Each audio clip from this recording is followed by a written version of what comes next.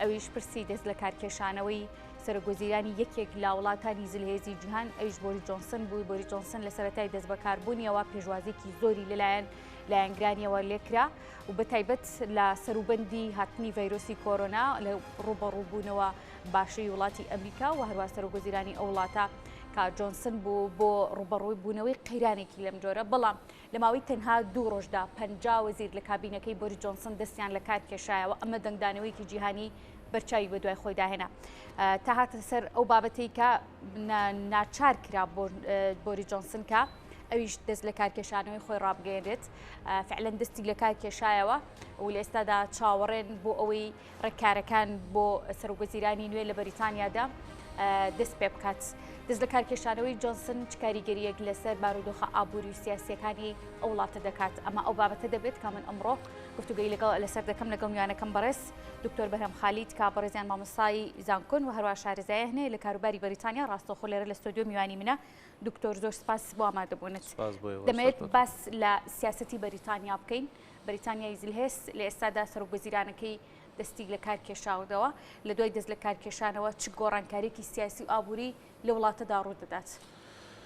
بەڵێ سپاس بۆ ئێوە سپاس بۆ کورسات و بینەرەکانتان. لە ڕاستیە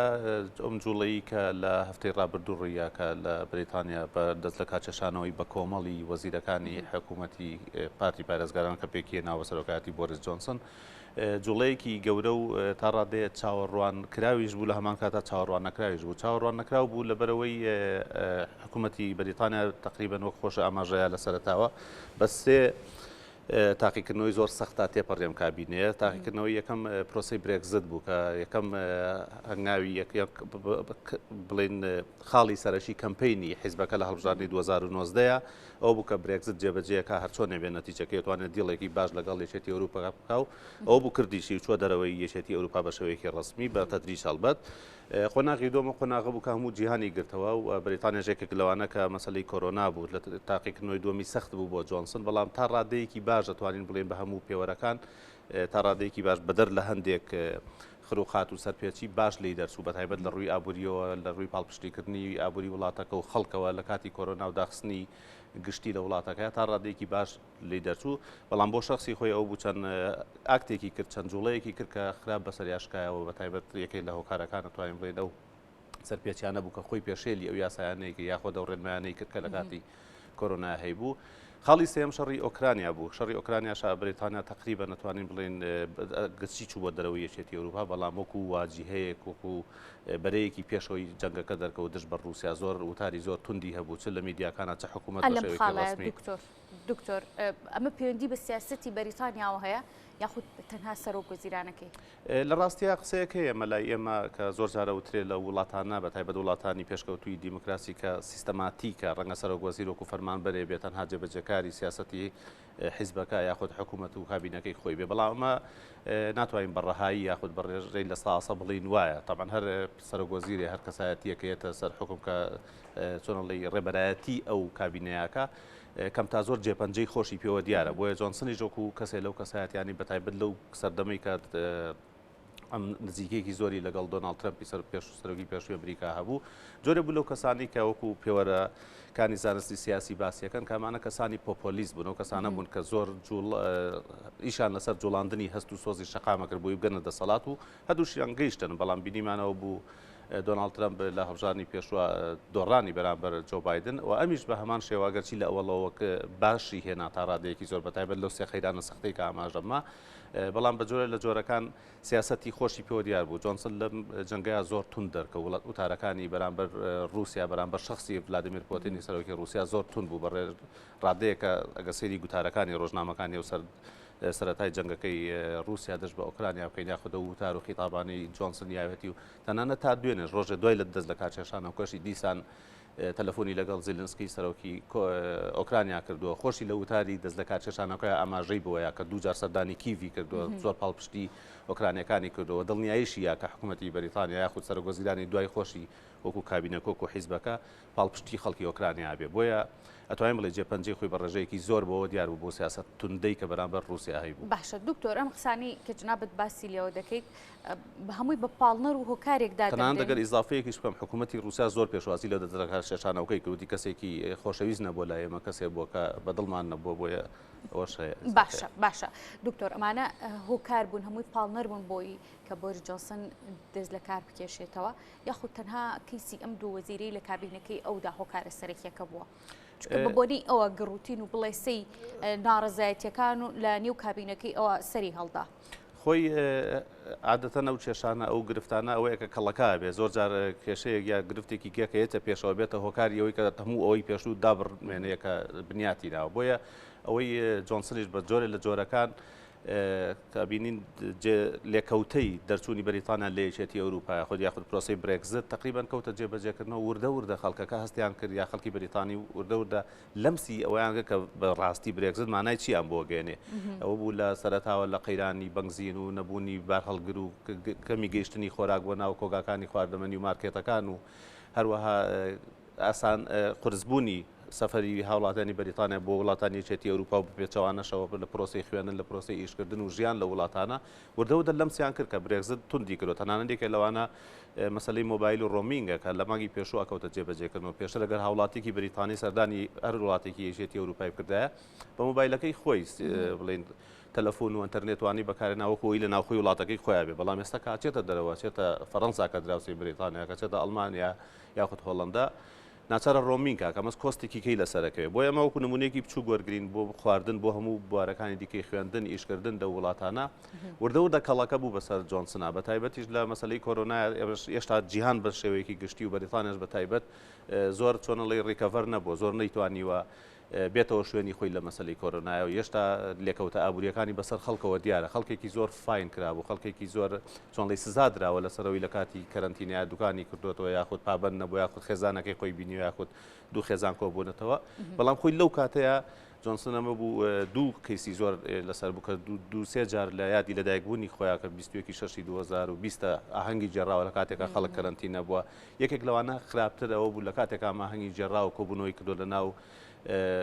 ماڵی ژمارەدا لە وێستمینستەر کە کاتێکە هاوسەری شاژنی ئێستای بەریتانیا کۆچی دوایی کرد بوو کەمەش دیسان نەر قورستر بوو ئەگەرچی لێ لامە زۆر گەورە نەکرا بەڵام مەژێکێک بوو لەوانە و ئەوەی ئەو وەزیرەش بە هەمان شێوە پاڵپشتیکردنی لەو وەزیرە دوو جار بە شێوەیەکی ڕاستەوخۆکە ئەوەی کە پاڵپشتی کردەوەی کە ئاگاداری ئەوە یەکەم وەزیرە جێچەڵی سێکسی بەرامبەر کوڕانی گەنج بەکارهێناوە لە یاخۆر ئەنجام داوە لە هەندێک یانەی شەوانە و دانیشتنی تایبەتە ئەم کۆڵی کرد لەوەی کە 2009 کەسێکی لەو شێوەی هەبوو بێ ئەو کەسەکە ناوی کریسپینچەیە بۆیە بە کەیسی کریسپینچە بوو بە چۆنڵی خاڵی یەکلاکەرەوە لەوەی کە ئیتر وەزیرەکان و تەنانەت حیزبەکەشی چیتر تەحملی ئەو سەختە زۆرە نەکەن لەبەروی حکوومەتی زۆرینیان پێکەنا لە 2009 زۆرینەیەکی زۆر ڕەها و بەهێزیان پێکەنا کە لە ساڵی 1970ەوە زۆرینی لەو شێوەیان بەخۆ نەبینیوە بەڵام هەستیان کرد لە خەڵبژانی شارەوانیەکانی پێشوە وردە سەیەکەی دەنگەکانیان کەمەکە بۆیە حیزبەکەش و ئەندامانی دیکەی حیزبەکە و کابینەکەی هەستیان کرد نابێ ئەمان چیتر باجی ئەو هەڵانەی بۆریس جۆنسن بن و پێویستە سنوورێک بۆ باشە خاڵەدا بنرێت چەند جارێک باست لە برێکزت کرد کشانەوەی بەریتانیا کە یەکێک بوو لە وڵاتە کاریگەر و دیارەکان لە ئەوروپادا کشانەوەی لەم یەکێتیە فعلەن زەرێک بوو بۆ بەریتانیا بەزرەر بەسەر یا کشایەوە کاریگەری هەبوو لە ڕووی سیاسی و ئابوووریەوە خاڵێکی دوولانە لە ڕووی ئابووریەوە بە دڵنیایەوە کاریگەری نەگەتفی زیاترە لەسەر خەڵکی ئاسایی لەمسیەوەکە بەڵام جۆرێک لە چۆنڵی هەستی خۆ بە زلزانی وەکو بەریتانیایەکی ئەو بەریتا و مەملەکەتی کە پێشتر ناوە چەند دەرکا بۆی کە خۆری لێ ئاوا نابێ مەملەکەتێکی گەورەیە شانشینێکی گەورەیە لەسەر ئاستی جیهانە بەشێک لەو کەسانە و کاتەش کە زۆرێک لە دەنگدەرەکانی پرۆسی برێکزت لە ڕیفراندۆمەکەی ساڵی 2016 ئەوە بوو کە ئێمە دەنگمان ناوە بۆی کە بووی بەریتانیا قورسایی خۆی سەنگی خۆی پێگەی خۆی بەدەست بێنێتەوە چیتر لە ناوێژێتێکی ئەوروپای نەبێکان دێ وڵاتی لاوازی تایە ئێمە ناچارین سەپۆرت و دامیانکەین بۆیە وردەکە جێبەجێ بوو لە ڕووی ئابووریەوە بۆ خەڵک خراپ بوو تەنانەت یەکێک لە ڕۆژنامەکان لەم ڕۆژانەیە داینابوو کە دەستکەوتەکانی ڕیفراندۆمی برێکزتی بەریتانیا بەم شێوەی خوارەوە کە لە کاتێکە لاپەڕەکەی بە تەواوی بەسپێتی بەجێش بوواتە هیچ دەستکەوتێکی نەبووە بۆ شێوە بۆ خەڵک بەڵام لە هەمان کاتە بەشێک لە ڕۆژنامەکانیش ڕۆژی دوای دەست لە کاتچەشانەوەی بۆریس جۆنسن ئاماژیان بۆ یا بکە جۆنسن ئیشێکی سەرکەوتوانی کردووە هیچ نەبێ بۆ بەریتانیا ئەوەی کرد کە توانی بەریتانیا سەر بەخۆی خۆی لێچێتی ئەوروپا بەدەست بێنێتەوە ئەو کەسە بوو کە برێگزتی بەدەستێنامە باسی ڕۆسیاسەکە یەکەم کە پێیان وایە هەیبەت و قورسایی و سەنگی بەریتانیا بەدەستێناوەتەوە چیتر بەشێ نیە لە منزومەی یەکێتی ئەوروپا چیتر ناچار نییە بەشداری لە هەندێک پرۆسی باج و هەندێک بابەتی دیکە بکا کە ڕەنگە وڵاتانی بچوکی ناوێچێتێکە سوودی لێبینەوە ئەمان بە زیانی ئەمان تەواو بێ بۆیە پێیان وا بۆ هەندێک لەلایەن تا ئێستاژ بەڵام لایەنێک ئەوە نیە زۆری نەبن خۆتە زای پرۆسی دەنگدانی برێگزەتیژش 52 بە 48 بوو ئەوە نە یەک لاکەرەوە نەبوو کە بڵی بە تەواوی بەدڵیانیان نایانی 52 بە 48 زۆر لە میدیاکان یا لە سیاسەکان بە دوو چنگ لە برنج هینیانە کرد ئەیان شوبهان کە 52 دەنگ برنج و 48 دەنگ برنج ئاوا سێریەکەی لە یەکە چنیش فەرقێکی وایان نیە بۆیە پێیان وا بۆم دەنگانش هێندەیەک لاکەرەوە نیە کە برێگزت جێبەجێ بێ بۆیە هەندێک لەوانەیە لە سیاسەکان لەم ڕۆژانەیان و لەگەڵ لە ڕۆشنی جۆنسنا برێگزتیش کۆتاییەت و چیتر ڕەنگە پێویست بکات بە ڕێفراندۆمی بچینەوە ناوێچێتی ئەوروپا. حیزبەکەی جۆنسن پێتان وایە بەدەست لە کارکێشانی جۆنسن لەم کابینێ فعلەن حیزبەکەیشی هەژمون و دەنگەکانیشی کە بکە دەنگەکانی حیزبەکەی جۆنسن کە پارتی پارێزگارانەوە گوتم و دەنگە زۆری کە هێنای کە لە ساڵی 1970 زۆرترین کورسی بووە لە ساڵی 1970 زۆرترین ژمارەی دەنگ بووە بۆ حیزبەکەی بەرامبەر پارتی کرێکاران لەیبە وردەوردە لە هەڵبژاردننی شارەوانەکانی پێشوو کەمی کرد لە هەندێک شوێن بەتایبەت دوو لەو پەرلەمانتارانی کە کێشەی ئابروچوونی سێکسی و سیرکردنی فیلمی پۆڕن لە ناو پەرلەمانە هەبوو کورسیەکانیان ڕاستەوخۆ دۆڕا بەرامبەر نایارەکانیان کە لە پارتی کرێکارانن بۆیە حزب پارتی پارێزگاران و قیادیەکانی پارتی پارێزگاران و ئەندامانی کابینەکەی وەکو ڕشی سێوناک و ساجی جاوید و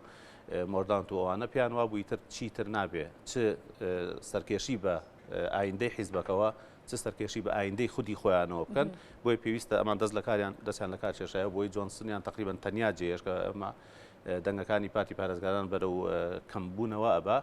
لەبەرەوە دەستیان لە کار کێشایە بۆیە لە ئێستاشا پارتی پارێزگاران لەبەردەم دوو بژاردەیە پارتی کرێکاران لەلایەکەوە زۆر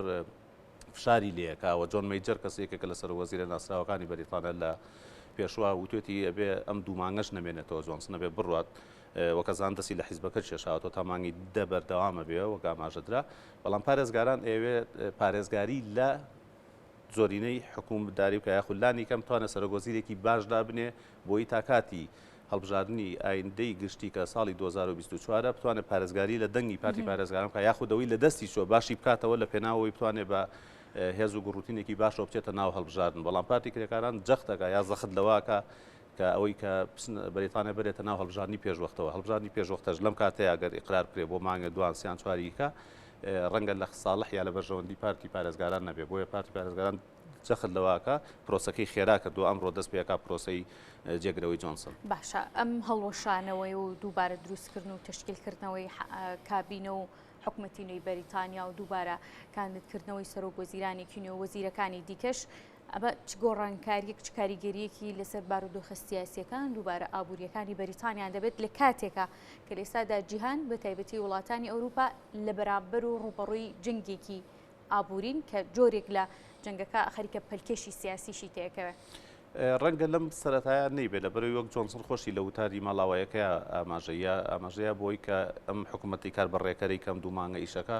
ئیش لەسەرەوە ناکات پۆلیسی نوێ سیاسەتی نوێ یاخود قەراری زۆر گرنگ بات بەڵام ئاماژەیە بۆی ئەو شتانەی پێشوو کە کراوە بۆ خزمەتکردنی خەڵک بۆ هاوپشتیکردنی خەڵک لەم گرانیە لە یاخود لەو دۆخی کە بەهۆی جەنگی ئۆکرانیا و ڕوویاوە ئەمان بەردەوام بن لە خزمەتکردن تەنانەت ئاماژەی بۆیە پرۆسەی ناردنەوەی پەنابەرانەوەی بۆ ڕواندا ئەمەش و خۆیەتی زۆر لەوانە تەنان وەزیری ئەوش جێبەجێکرێت ئەڵێ وەک خۆی مێنێتەوە گەڕانەوە لەوەیان نییە بە تایبەت وەزیری ناوخۆکە پریتی پاتێڵە لە شوێنی خۆی ماوەی کە بلو وەزیرانی بە ستیتمنت هەیە لەبری دەست لە کارکێشانە و پابەندی خۆی بمانەوە لە حکوومەتەکەیە ڕاگەیان بەڵام بۆیە ڕەنگە لەم تۆخ و خێرایە نەبێ بەڵام کاتیەوەی کە ئێستا کەمپینەکە دەستی پێکردووە کەسانی وەکو ڕشتی سۆناک و پێنی مۆردانت و ساجی جاوید و نەدیم زەهایوانەیە هەڵمەتی خۆیان دەست پێکردەوە بۆ جێگرەوەی و ئەمڕۆ پرۆسەکە جێبەجێ بێ سەرەتا پێویستیان بە دەنگی 20 پەرلەمانتاری خۆیان هەیە کە بۆی بن بە کاندیدی ڕسمی پاشان هەڵبژاردن لە سبێنێ و دووس بێ دوو هەڵبژاردن بەردەوامە بێ ئەوەی کەسی دەنگکەمتر بێنێت ئەچێتە دەرەوەی منافەسەکە تا 18 بۆ 21 حوت هەڵبژاردن بەردەوام بێت تا دوو کەسیانە مێنێتەوە کەمترین دەنگ ئەچێتە دەرەوەی منافەسەکە و دوو کەسێ مێنێتەوە لە 5 نوێە سەرۆکوەزیری نوێ دیاریەکرێەوە بەریتانیا کە ڕەنگە ئەگەر بتوانن کەسێک لەو کەسانە بێت کە لەناو خەڵکە خۆشەویستە ئیشی باشی کردو بتوانن زۆر جۆرە لەو متمانەیە بەدەست بێنەوە کە لە دەستیان چووە. باش لەسەر پرسی شەڕی ئۆکراینیا و رووسیا پێتان یعنی کۆی ئەم بارودۆخە سیاسیەکان و لێکدان و بەدە جیاوازەکان کە لەسەر ئەم پرسەی جۆنسن هەیە بە نەمانی جۆنسن پێتان وایە یاخود بارودۆخە سیاسیەکان چی دەڵێن لە بەریتانیا بەرامبەر ئۆکراین و رووسیا هەڵوێستینی چیە بێ؟ بەریتانیا خۆی بە وەکو یەکێ لە ئەندامی وڵاتانی جیحەوت و ئەندامێکی هەمیشەیی نەتەوەیە گرتوەکان و ئەنجومەنی ئاسایشی نێودەوڵەتی خۆی بە خاوەنی قەزیە نێودەوڵەتیەکان نەزانێ پێی وایە بێت هەموو جار قسەی هەبێت لەو قەزیانە بەتایبەت لە ئۆکرانیا کە وڵاتێکی یەکێتی ئەوروپایەکەم چەند مانگێکی کەمە چۆتە دەرەوە یا چەند ساڵێکی کەمە چۆتە دەرەوەی پرۆسەکە یاخود پەیوەندی ڕاستەخۆی هەیە بە وڵاتەکە و بە خەڵکی بەریتانیاوە بۆیە وەکو هەڵوێستی سیاسی بەردەوامە بێتە سەورەکەم لانی کەم بە شێوەی زاهیر و ڕووکەش ناچارە یاخود وانیشان ناکە هەڵ هەمیشە سەپۆرتی خەڵکی ئۆکرانیا کامە بۆ ئاستی جیهانیش ڕاستە بەڵام لە ڕووی ئابوووریەکەەوە پێم وایە کاری لە پێشینەی سەرۆکوەزیرانی داهاتوو مەسەلەی دیسان خزمەتکردنی خەڵکی یەکێ لەوانە ڕیشی سوناکە وەزیری خەزیانەی بەریتانیا بۆ کێسە خۆی کاندید کردووە زۆر جەخت لەوە ئاکاتەوە کە ئەم ئێوێ وڵاتەکەی بنیاد بنێتەوە ئابوووریەکەی بەهێز بکاتەوە دیسانەوە خزمەتی زۆری خەڵکا و بەردەوام بێتەوە بۆیە کەمپینی ڕاستەوخۆی ناو حیزبەکە بۆ جێگرەوەی جۆنسن زیاتر جەختکردنەوە بێ لەسەر کەیسی ناوخۆ بەتایبەت لە مەسەلەی گرانی و خزمەتگوزاری و بۆ خەڵکو و ئەو بابەتانی دیکەی کە بەهۆی جەنگەوە لێکەوتێ بێ بەڵامەوە ناکاتەوەی کە پشت لە ئۆکرانیەکان یا پشت لە خەڵکی ئۆکرانیا و سەرۆکی ئۆکرانیا بکەن بەڵام ڕەنگە بەو شێوازە زۆر توندە نەبێت کە جۆنسن ئەیگرتە بەر بەتایبەت لە وتارەکانیان زۆر حەماسی تون بوو دژ بە رووسیاوە. باشە لەکوی ئەم کەسایەتیە سیاسیانە کارکتەرە سیاسیانی کە کاندیدن بەربژێرن بۆ پۆستی سەرۆکوەزیرانی بەریتانیا دیارترینیان دەشێکێ بێ؟ ئەوەی ئێستا هەیە بە پێی ئەوەی کە ڕوون بۆ تۆ تا ئەمڕۆ گوتم ئەمڕۆ ڕوونە بێتەوە کە چەند کەس بن بە کاندید بەڵام لەوانە پێنی مۆرداوند کە وەزیری بازرگانی بەریتانیا بوو ئافرەتێکە کە یەکێ لەو کاندیدە ژنانەی بەهێزانی کە ڕەنگە یەکێ بێت لە بژاردە بەهێزەکان و حملەی خۆی دەست پێ کردووە یەکێکی دیکە لەوانە ڕیشی سوناکە کە وەزیری خەزیانە بۆ بەتایبەت لە سەردەمی کۆرۆنای ئەتوانین بڵێن ئەستێرەی سوناک زۆر درەوشایەوە بەتایبەت لەو ملیۆنان پاوەنە زۆرەی کای بەخشیەوە بەسەر خەڵکا بەسەر خێزانەکانە بەسەر دوکان و بازار و شوێنانی کە بەهۆی کۆرۆناوە داخرابوو تا ڕادێ زۆرە لە خۆشەویستی خەڵکی بەدەست هێناوە سوناکە توانێتی خزمەتی خەڵکا بەڵام لە لای کەشەوە کاندیدی دیکەشمان هەیە وەکو ساجید جاوید بەتایبەت کە وەزیری تەندروستی بۆ لە سەردەمی کۆرۆنای مژێکە کە لە ناوە بەهێزە دیارەکان لیستروس هەیە وەڵاس هەیە و نەدیم سەهاویش هەیە بەڵام یەکێ لەوانە نەدیم سەهاویە کە ڕەنگە جێی سەرنجێ بەتایبەت بۆ ئێمە لە کوردستان کە کووردە خەڵکی خانەخین و عێراقیە دەرچوونی ئەم تا چەند گونجاوە وەکو لە پێشینەوە ڕاپرسیانی کراوە زۆر لە پێش نییە بەڕاستی ئەوەی لە پێشەوە وەکتم ڕیشی سوناک و ساجید جاوید و پێنی مۆرداوند ئەوان لە پێشن بەڵام ئەم هەندێک کەیسی هەیە بەتایبەت یەکێکە لە کەسایەتی دەوڵەمەندەکان سەرمایەکەی بە 100 ملیۆن پاوەندی بەریتانی مەزەنداکرێ و زۆرە لە ڕۆژنامەکە بەتایبەت ئیندیپێندنت لە ماوەی چەند ڕۆژی ڕابردووی دوای دەست لە کارکێشانەوەی جۆنسنەوە کەوتونەتەوەی هەڵمەتێکیان هەیە لەسەری کە ئەم کەسە خۆی لە باج دزیوەتەوە پارەی ناوە بە حکوومەت و ئەم حملەی لەسەر ڕەنگەم حملەیە تونتر بێ بە چوونی بۆ ناو پرۆسی ململانەی جێگرەوەی جۆنسن بەڵام خۆشی ئاماژە بۆایە من ئامادەم چۆنڵی پاشی و بەراتی خۆم سەلمێنم کاتێ بم بە سەرۆکوەزیران بەڵام تەسەور ناکەم یەکێ بێلوانی چانسی بەهێزیە بۆ جێگرەوە و دوجار دەنگیش قەرارەیە ئەخیر پرۆستەی جێگردنەوەکە خەڵک ئەندامانی پارتی پارێزگارن کە دەنگیان کام لە دوو کاندیدەی کە ئەمێنەوە لە ئاخیرا هەڵەبژێرن. باشە تا چەند کاریگەری وڵاتانی دیکە بە تایبەتی ئەو وڵاتانی کە لە نێو شانشینی بەریتانیادا دەنرێن لەژێر دەسەڵات و حکومڕانی شاژنە ئەلیزابێتن ئەمانە کاریگەریانە بێت بۆ هەڵبژاردنێکێک لەم سەرۆکانە بە کاندیدانە بۆ سەرۆکوەزیران ئەکەوێتە سەر تێڕوانینی ئەو کەسانە تێڕوانینی ئەو کەسانە بۆ ئەو وڵاتانی وەکو وێڵس و سکۆتلاند و ئایرلندەوە کە چۆنە بۆ ئەوان بەتایبەت بە شێوەیەکی گشتی ئەمان تا ڕادەیەک